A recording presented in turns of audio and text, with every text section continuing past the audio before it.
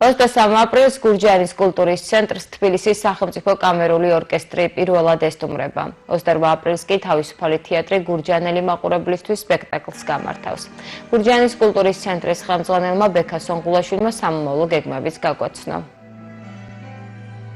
შესრულებული იქნება ჩვენი მსოფლიოს დიდი კლასიკოსების მუსიკა და ნაწარმოები და ძალიან ის სიამოვნებთ მინდა გითხრათ, ყველაზე მეტად ის მახარებს, რომ გურჯაანში კლასიკური მუსიკის მიმართულებით ძალიან უკვე ხშირად იმართება კონცერტები და ფესტივალები და ეს ძალიან მახარებს. რაც შეეხება დასწრებას, რა თქმა უნდა, უფასო იქნება დასწრება, მაგრამ ჩვენ გვაქვს ესეთი შემუშავებული გეგმა, უნდა მოვიდეს, მობრძანდეს ჩვენთან, ვისაც სურს დასწრება კონცერტზე, აიღოს მოსაწვევი და მობრძანდეს ისე თავისი კუთვნილი ადგილი კონდეს და დაждდეს ძალიან მშვიდად. იმიტომ რომ სხვა შემთხვევაში ძალიან ცუდი გაუგებრობა ხდება ხოლმე დარბაზში.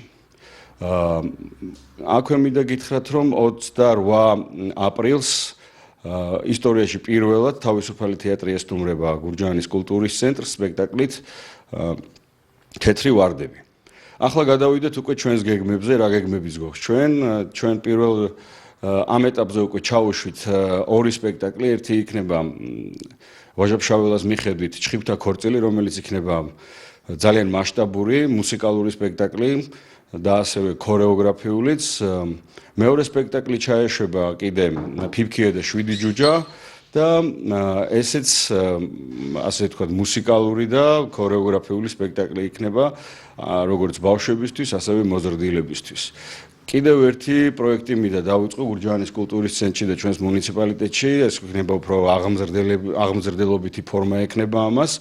ცნობილი მწერლების, პიესები, ნაწარმოებები იქნება წაკითხული ჩვენთან გურჯაანის კულტურის ცენტრში, ჩვენი მსახიობები წაიკითხავენ, როგორც მოყვარულთა დასი, ისე ახალგაზრდული დასი და გააცნობენ ჩვენს პატარა